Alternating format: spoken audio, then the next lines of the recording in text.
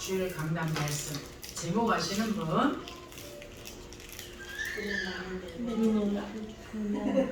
많은 열매를 맺었죠? 많은 열매를 맺었군요. 아직 못 줄어서. 자, 먼저는 내가 죽으려고 노력하지 마시고 예수님의 그리스도의 사랑을 날마다 확인하시기 바랍니다. 우리 힘으로 도저히 안 될 수밖에 없는 원죄의 문제, 사단한테 끌려다닐 수밖에 없는 운명 문제, 또 하나님은 절대 죄인으로서는 만날 수 없기 때문에 하나님이 당신의 보좌의 영광을 버리시고 있다면 친히 오신 분이 예수님이시잖아요.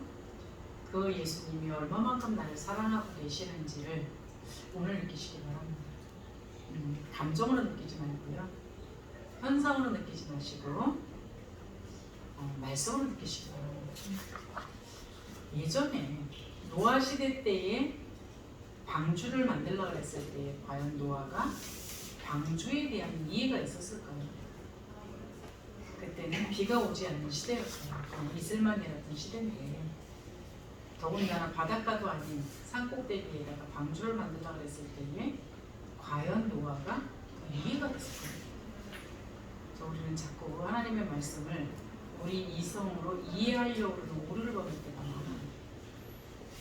먼저는 정말 우리 인생의 문제도 원죄의 문제예요. 그 문제를 해결하시는 분이 예수 그리스도라는 걸 우리는 말씀으로 믿는 거잖아요. 그렇다면 오늘도 하나님의 말씀으로, 오늘 아침에 일어나니까 분위기도 아무것도 깔끔하지도 않고 날씨도 그렇고 또 어떤 면에서는 우리 어떤 일어나고 있는 현상들, 지금 이제 선생님이 기침하는 거 보니까 감기 걸린 것 같은데 오늘 마스크 쓴 사람들이 많더라고요. 아침 저녁 쌀쌀해서 그런지는 몰라도 마스크 쓴 사람이 굉장히 많이 걸려요. 네. 우리가 살다 보면 아플 수도 있고 사고를 당할 수도 있고 여러 가지 일을 당할 수도 있어요. 그러나 그 문제 때문에 그리스도가 그리스도 되어서 만든다는 거죠. 그냥 그 문제와 상관없이 예수님은 그리스도세요. 그래서 하나님의 말씀 그 자체를 믿는 그 믿음이 날마다 확인되어졌으면 좋겠습니다. 지난주에 월요일부터 금요일까지 1박 2일은 우리 가족하고 좀 있고 2박 3일은 다른 사람들하고 같이 있으면서 좀 이제 집중하는 시간을 가졌었고 또 이제 현장을 하는 시간은 있었어요. 그걸 대고 현장을 하는데 어디냐 이단 현장을 갔어요. 근데 거기에 같이 따라갔던 그 사람이 대부분의 이단들은 성경 갖고 있는 이단이잖아요. 성경 갖고 있는 생각하는 이단이에요. 근데 이분도 구약의 하나님의 말씀이라는 것도 믿는다. 신약의 주인공이 예수라는 것도 믿는다. 근데 뭐가 이단이냐? 지금 시대에 거기서는 이제 총회장이라고 부르는데 다른 말로 말하면 구원자는 우리의 총회장이다. 이거예요. 그래서 제가 성경을 믿는 거 아닙니까? 물어봤어요. 믿는데요. 성경을 기록한 목적과 기록한 핵심이 예수가 그리스도라는 사실을 믿어서 구원받으라는 거 아닙니까? 그렇게 설명을 했는데 피하더라고요. 피하면서 그분이 그런 거예요. 나는 교회를 갔는데도 불구하고 답을 못 찾았다. 근데 여기 총장님을 만나면서 나는 답을 찾았다. 그 답이 뭔지 아십니까? 바깥에서도 꽤 나름대로 행사했던 사람이거든요. 내가 정말로 찾고 싶었던 답은 성실과 진실이었던 거. 근데 이 사람을 만났는데 그게 답이 되는 거예요. 그러더니 이제는 그럼에도 불구하고 어떻게 이런 여기를 믿을 수가 있었느냐. 그래서 요즘 유광성 목사님이 말씀하시는 영성시대라는 게 딱 마음으로 와닿았어요. 왜요? 이분이 이제 말을 하는데 이분이 예수님을 2번이나 직접 만났어요. 그리고 예수님 그림도 있어요. 사진에. 예수님을 이렇게 예쁠까? 이게 여섯이 남자적 부분이 잘 안 날 정도로 아주 눈도 땜땜하게 생겼고요. 그래서 우리한테 그래요. 우리가 알고 있는 지금 사진 속에서 보는 예수님은 진짜 예수가 아니다. 그 모습을 보면서 액자에 딱 걸어놔서 너무 황당하잖아요, 제가 듣기에는. 그래서 제가 툭 하고 웃었어요. 순간 나도 모르게. 근데 저걸 믿어진다고? 그래서 믿어요. 근데 자기 총재가 2번 예수님을 만나고 2번 마귀를 만났대요. 그 총재가 양쪽에 사단한테 끌려가는 모습을 갖다 사진을 찍어놨어요. 그리고 마귀 대왕 앞에 씁니다. 이제 거기 무릎 꿇고 앉아가지고 대왕하고 대화를 하는 거예요. 마귀 대왕도 예쁘게 생겼더라고요. 그리고 또 한 마귀가 있는데 이게 마귀 우상이래요. 우상은 조금 그래도 애들 장난감 비슷한 무서움 같이 이렇게 해놨어요. 근데 아무리 봐도 저거를 보면서 저게 진짜 우리 총재가 하나님을 만난 장면이고 진짜 우리 총재가 마귀를 만난 장면이라고 저게 믿어질까 하는 거예요. 저는 저랑 같이 갔던 사람들은 그 사람 믿어요. 그래서 더 어떻게 믿느냐, 뭐 이제 기네스북에 올라갈 만큼 큰 문화센터를 지금 짓고 있더라고요. 그러니까 좌석도 뭐 전 세계에서 지금처럼 많은 좌석이 없대요. 그러니까 온 산 하나를 다 차지했고 거기는 놀이동산도 있고 갈 수도 있어요. 20명 되면 와도 된대요. 이제 그렇게 하고서는 완전히 바깥에까지 다 개방을 해놓은 장소예요. 지붕이 빨개요.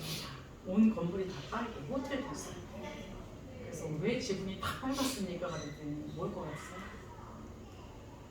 예수 그리스도의 보혈. 그러니까 흉내는 안 해놓은 거예요. 뭐 위에 또 건물 위에 완전히 금관처럼 해놨어요. 저건 도대체 뭔데요? 그랬더니 그야말로 금물유관이에요. 그러니까 거치장은 다 해놨어요. 거기에 237 국기가 되게 다 붙잡혀 있습니다. 우리는 237인데 거기 200개 국기가 붙어 있어요. 순간 드는 생각이 237개 나가는데, 근데 37개 나가면 대라고 내가 못할 것 같아서 안 물어봤는데, 그런데 믿어. 근데 이 황당한 걸 어떻게 믿을 수 있을까 그랬는데, 그 문화센터가 어마어마하게 클 거 아니에요, 그렇게 되면.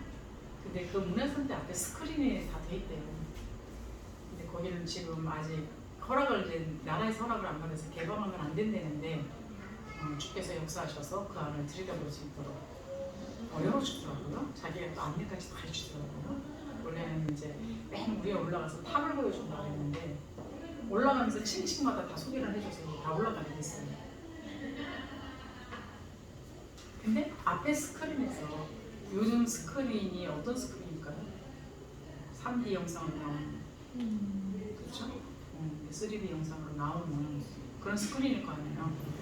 그 웅장한 스크린에서 한 달에 2번씩 들어가서 이 자기네 총회장이 예수를 만나는 장면을 보는 거예요. 그리고 예수님이 또 이렇게 뭐 대화하는 장면을 보는 거예요. 진짜 믿어줄까요? 안 믿어줄까요? 3D 화면이라는 게 우리 안으로 막 다가와가지고 내가 그 안에 들어가 있는 것처럼 느껴지는 거잖아요.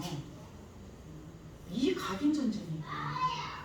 어떻게 이렇게 황당한 걸 믿을 수가 있을까라고 생각했는데 이게 각인 전쟁이에요. 제가 왜 이 말을 했을까요? 유 목사님 말하는 삼단지, 종교단지 어마어마한 각인 전쟁을 무시무시하게 하고 있다는 사실이에요. 근데 그분이 35년 동안 거기서 그 일을 위해서 헌신했다. 자랑이 하나 있어요. 지금 제가 말한 것만 해도 건물이 어마어마할 것 같지 않아요? 대형 건물이 어마어마한 건물이 2개나 있고 성전이래요. 호텔도 있다니까요. 자기 말로는 전 세계에서 제일 크대는데 내가 볼 때 그렇게 안 크거든요. 놀이동산도 진짜 커요. 거기에 운동장도 있어요. 골프클럽도 있어요. 공룡이요. 자기는 거 만들었대요. 내가 사왔지 않겠어요? 만들었다니까. 공룡이요. 엄청 커요. 한두 개가 아닌데. 그리고 거기 묵상할 수 있는 뜰이요. 굉장히 잘 돼 있어요.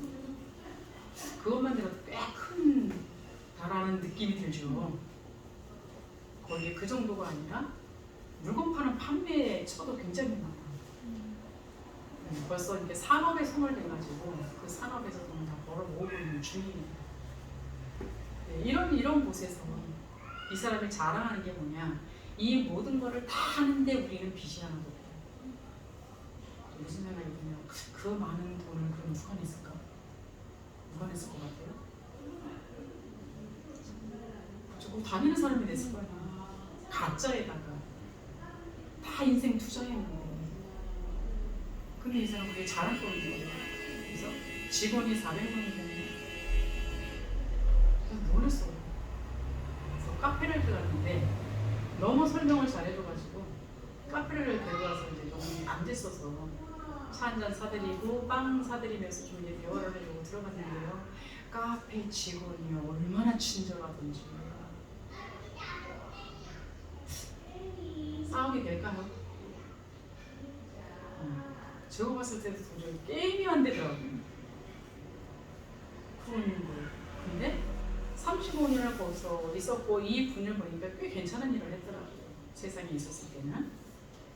그러면서 뭐 으쌰으쌰도 좀 해봤고 이랬던 사람인데 눈이 공허해요. 눈이 공허하게 돌아다니는데요. 사실 지금 그 눈빛이 지금도 아니죠. 복음을 전하면 피해요. 35년 동안 여기서 지내시면서 후회스러운 적은 없었으니까 피하시더라고요. 35년 동안 여기서 이렇게 섬기면서 행복하시니까 피하시더라고요. 근데 드는 생각이 있었습니다. 그 사람하고 계속 복음으로 이야기하면 피하시고 이야기하면 피하시는 이유를 보면서 그분의 그 공허한 눈빛 이걸 보면서 우리 교인 중에서도 이렇게 공허한 눈빛을 하고 돌아다니시는 사람분이 계실까? 또 그런 생각이 있더라고요.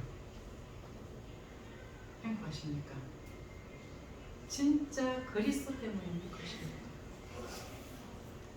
다른 거 말고 어떤 일어나는 현상, 어떤 일어나는 증상, 뭐가 잘 됐기 때문에, 뭐가 있기 때문이 아니라 나의 죄를 용서하시고 사단의 운명에서 나를 건져서 하나님을 만나게 하신 그분 때문에 진짜 행복하십니다.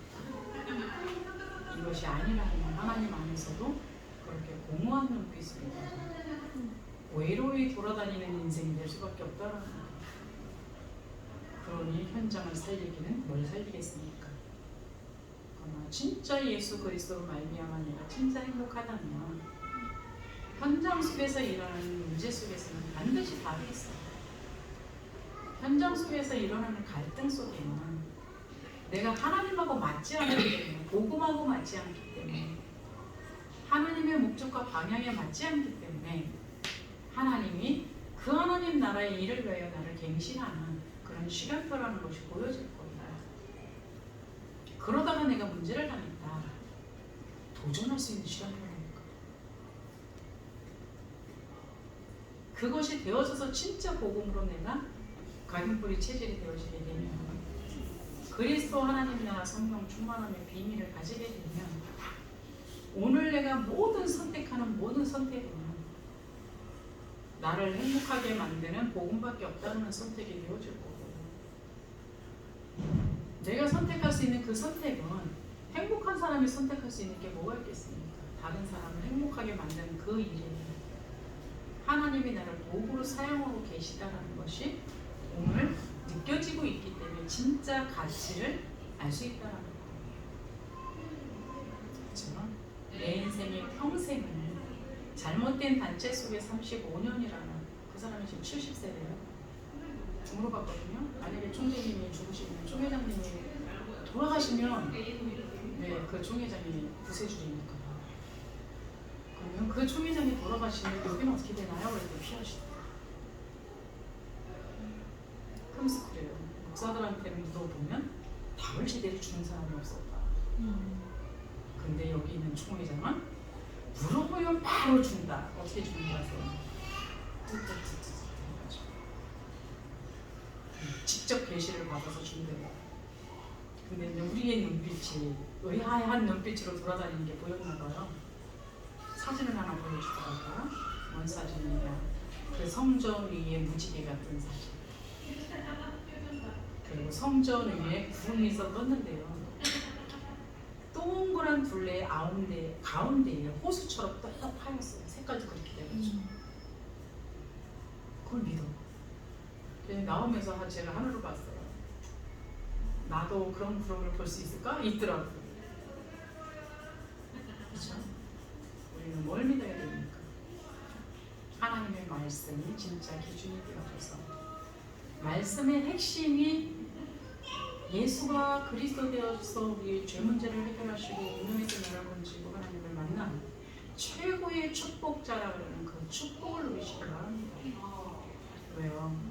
거기 근데 같이 간 사람 중에 우리 교회 청년 하나가 잘 눌린 모습으로 있어서 제가 많이 안타까운 친구가 있었거든요. 근데 그 친구가 나오면서 그 얘기를 해요. 내가 진짜 복음을 가진 것만큼은 확신했대. 잘 데려왔네 내가 이랬더니 또 한 청년이 있었는데 이 청년이 목사님 나도 순수한 진짜 예수가 그리스도라는 이거를 100% 믿은 게 아니라 뭔가 이 그리스도가 그리스도 되기 위한 뭔가의 체험을 해야 된다는 게 내 생각 속에 뭔가 살짝 있었던 것 같습니다. 근데 이 사람을 보면서 그게 아니라 그냥 예수가 그리스도라는 그 사실을 믿는 거구나. 예수가 그리스도라는 그 사실이 성취되어진 하나님의 말씀 자체를 믿는 거구나. 이게 되어졌다. 그런 박사죠.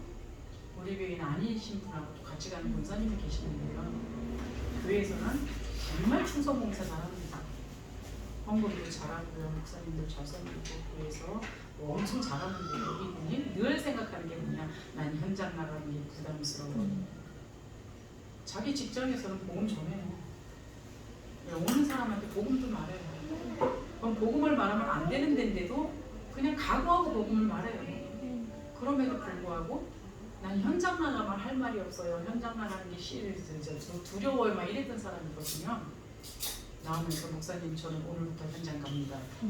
왜요? 그랬더니 일반 교회가 잘못한 게 아니라 이 예수가 그리스도라는 사실을 듣고 있는 교인이 저런 사람한테 말을 안 해줬기 때문에 저 사람들이 잘못된 데 갈 수밖에 없었던 것이 나 같은 사람 때문입니다. 표현합니다.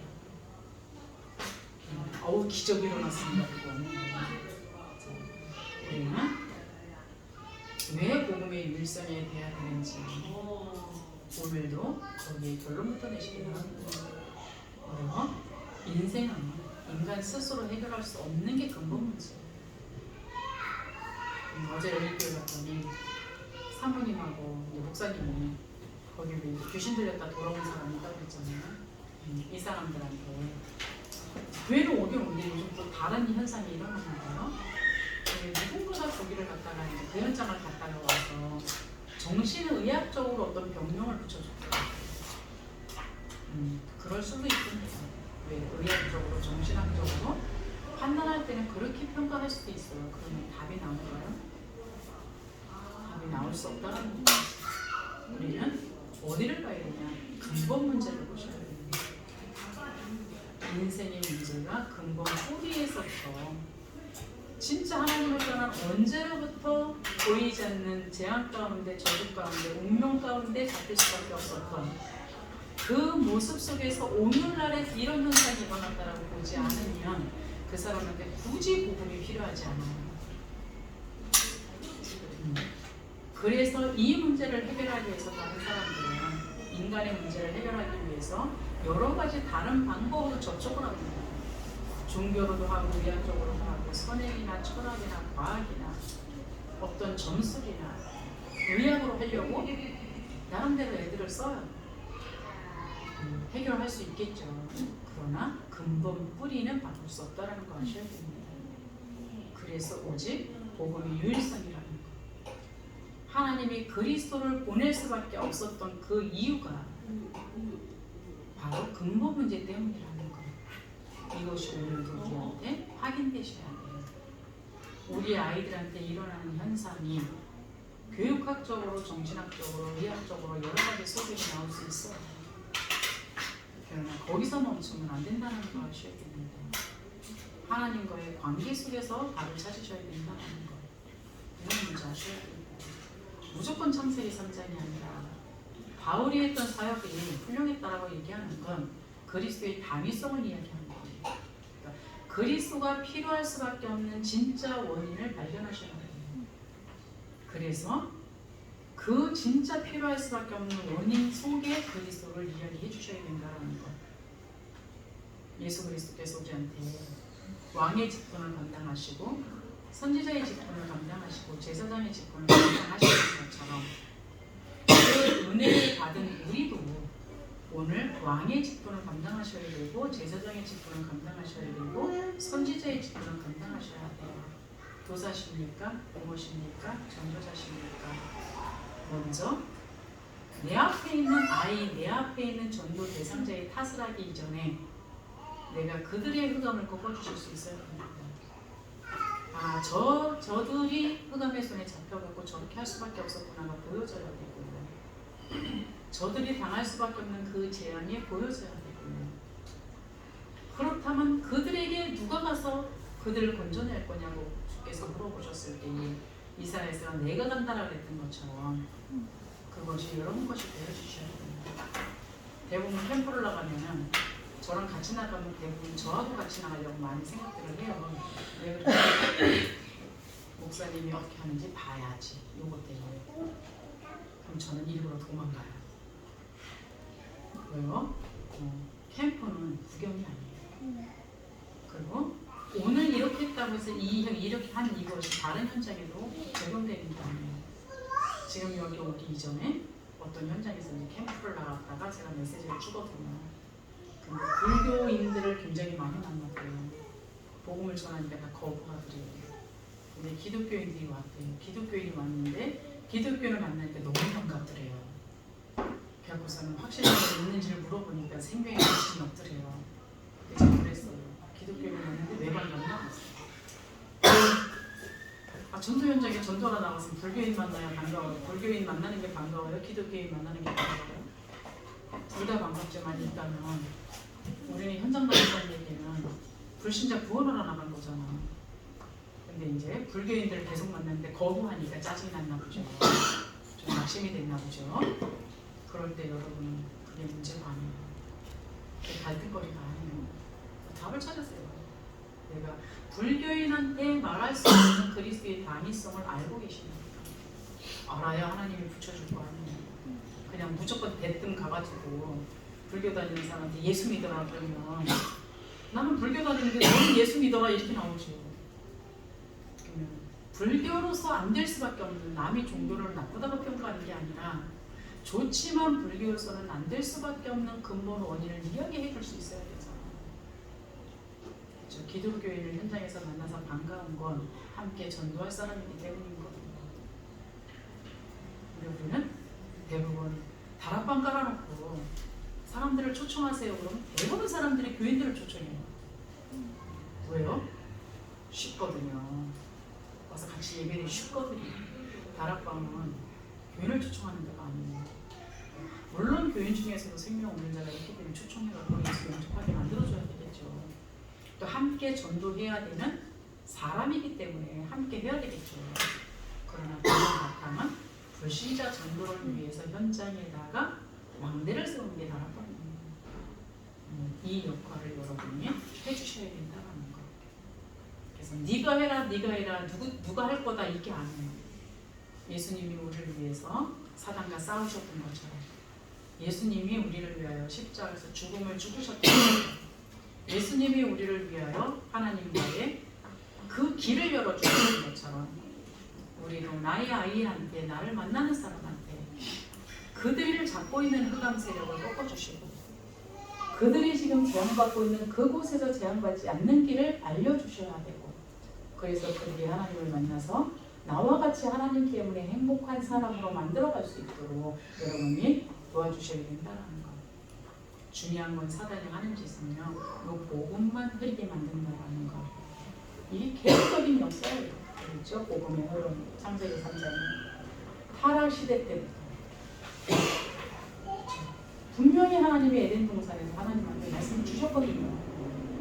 나와 함께 해야 된다는 말씀을 주셨습니다. 그리고 사단의 유혹에 넘어갔던 이 아담과 하와한테 준 답이 언약의 우선이에요. 많은 사람들이 다락방에 단어가 왜 이렇게 많냐, 왜 이렇게 많은 단어들을 쓰냐, 어렵다 이런 소리를 다 해요. 근데 진짜 어려울까요? 지금 이 언약의 흐름만 봐도 창세기 3장 타락시대는 여인의 후손으로 예수를 설명한 거예요. 네피림 시대 때는 그 시대에 맞게 방주라는 단어로다가 예수 그리스도를 설명한 거예요. 또 바벨탑 시대에는 그 바벨탑에 잘못 무너질 수밖에 없는 거기에 폭 빠져갖고 헛된 시간 보내지 말고 거기서 나와서 내가 내게 지시한 땅으로 가라. 가나안 땅으로 가라고 지시하시는 거예요. 또 마찬가지예요. 그럼에도 불구하고 또 애굽의 노예 시절 됐던 이때에 그때도 말한 것이 피의 비밀이에요. 여태까지 그렇게 흘러온 것이 언약의 흐름입니다. 나는 복음만 놓쳐서 그러고 예쁘게 계시지 마시고 오늘 내가 오늘 그리스도로 말미암아 행복하지 않는다면 뭔가 내가 그리스도를 진짜 그리스도로 붙잡고 있는 것만 확인해 보시기 바랍니다. 왜요? 사단이 하는 짓은 하나밖에 없어요. 복음을 정확하게 못 붙잡게 하는 것. 그래서 오늘도 나는 아침에 일어나면 제일 먼저 해야 되는 게 복음 점검이에요. 그거 정식이 보거든요. 오늘 내가 살아야 되는 그 이유가 하나님과 함께 하시는 그 비밀 가운데에 전도자의 삶을 살기 위한 것인가 점검하셔야 돼요. 이게 우리의 목적과 그것을 가치라는 것. 그것을 가지셔야 돼요. 그렇게 하면서 오늘날 왔어요. 그래서 오늘날의 언약은 일선탈이죠. 그리스도 안에서 모든 것이 끝났다.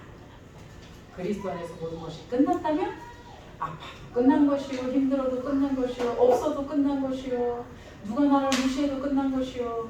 근데 늘 안 끝내고 그냥 얼굴이 푸그락팔그락하고 날씨가 구름이 꼈다 비가 왔다 천둥이 쳤다 그러지는 않으십니까? 아니 오늘 나는 진짜 예수 그리스도 안에서 평안함을 누리십니까? 평안함을 누리게 된다면 그 다음 가는 코스가 하나님 나라의 삶이에요. 하나님 나라의 미션을 위해서 오늘 사는 거예요. 그래서 예전에 선교사의 길인가 그 찬양이 있죠. 저 그거 보면서 이게 슬프게 불러야 돼, 기쁘게 불러야 돼 막 이랬는데 선교사의 길은 참 기쁜 건데 그 내용은 슬퍼도 가야 하고 울어도 그렇지 기뻐도 가야 하고 그렇잖아요. 그렇죠? 우리는 아파도 가야 하고 슬퍼도 가야 되고 기뻐도 가야 되고 가래잖아요. 어디 거야? 그렇죠? 다른 사람을 살리는 길을 가라는 거예요. 그러니까 내용 자체는 참 그 가사 자체는 잘못하면 굉장히 슬픈 거예요. 근데 그게 복음 안에서 슬픈 일이 아니라는 거거든요. 그래서 눌리면서 슬퍼하고 눌리면서 기뻐하고 그렇지 마시고 그냥 행복합니다. 그 현상은 그 가사는 그냥 아무것도 개의치 않고 뛰어넘어서 가라는 얘기잖아요. 오늘 그런 인생 사시기 바랍니다. 그런 인생 살기 위해서는 내 힘을 절대 안 돼요. 그래서 오늘 성령 충만함과 오력 이것이 우리한테 진짜 필요하다는 거 정말 여러분들이 지금 이 시간 좀 확인해 보시기 바랍니다. 내가 누려야 되는 진짜 축복이 뭐예요? 하나님을 주시는 7가지 축복. 다른 말 말하면 7만개. 이게 내 안에 먼저 세워주시기 바랍니다. 그래야 불신자 현장을 이길 수 있다. 내가 불신자 그 상태 속에 끌려 들어가지 않을 수가 있어요. 그래서 날마다 확인하시되 내가 진짜 구원받은 하나님의 자녀로 하나님의 전도자로 이미 영적인 서밋에 응답을 준 자로 지금 내가 이 자리에 서 있는 거 맞는가? 어떤 영향도 받을 필요가 없다는 거예요. 좀 아프시면 누워서 쉬세요. 힘들잖아요. 아프시면 그냥 병원 가서 빨리 막 나오세요. 버티지 마시고. 그거하고 우리 영적 상태하고 관계가 없어요. 그 상태 속에서. 그러면 오늘 하나님의 인도가 보이고 대부분의 성도들이 인도를 못 봐요. 하나님은 어마어마하게 나를 여기까지 성장시켰고 어마어마하게 이런 응답을 주셨는데도 불구하고 맨날 나는 은혜 못 받았대요. 나는 맨날 힘들대요. 고백을 잘하시기 바랍니다. 이번 주에도 어떤 권사님이 은혜 못 받고 힘들고 막 그랬어요. 제가 그 사람의 일대기를 다행히 저를 처음 만난 사람이라 그 사람의 일대기를 쫙 짚어줬어요. 그 사람의 고백이 내가 받은 복을 몰랐네 이거였어요. 지금 자녀들은 내가 부러울 정도의 엄청난 은혜 속에 들어있는 자녀들이에요. 그럼에도 불구하고 맨날 나는 힘들고 나는 어렵고 나는 은혜도 안 되고 뭐 어떻게 해야 되는지도 모르겠고 맨날 보고 그래요. 그래서 오늘 쫙 짚어줬다니까요. 영적 문제가 너무 심했기 때문에 복음을 받아들인 사람이라 영적 문제를 잘 알아야 돼요. 그럼 내가 받은 복을 몰랐네요. 그래서 받은 복을 이번 추석 명절을 통해서 좀 확인해 보시고 찾아보시고 그 다음에 이제 받을 복을 향하여 갑시다. 이제 마무리했는데 우리 여러분도 추석이 길지요. 그래서 들로 산으로 놀러갈 계획을 잡으셨다면 좀 멈추시고 하나님 앞에 받은 복을 헤아려보는 집중의 시간을 좀 찾으셔서 그 이후에 하나님이 237을 향해서 주실 그 받을 복을 미리 짐작하고 이번 연휴를 조금 마감하는 그런 시간 가졌으면 좋겠습니다. 그래서요, 오늘도 복음으로 내가 만족한가? 복음으로 충분한가? 복음 안에서 진짜 모든 것이 다 있다라는 것이 내가 인정되는가? 이거를 점검하는 시간 되시길 바랍니다. 기도합니다. 하나님 우리와 사랑 감사합니다. 완벽한 복음을 주셨는데 사단은 이 완벽한 복음을 자꾸 희석시키고 있는 그 속에 우리가 속고 있는 시간은 아닌지 돌아볼 수 있는 귀한 시간 되게 하시어서 내 생각과 내 방법과 나의 모든 조건은 죽게 하시고 그리스도라는 그 언약을 우리 마음속에 담고 하나님이 주시는 그 열매를 맺을 수 있는 우리의 남은 인생 되게 하여 주옵소서. 이 속에서 우리의 렘넌트들이 자라나게 하여 주옵소서. 예수 그리스도의 이름으로 기도드리옵나이다. 아멘.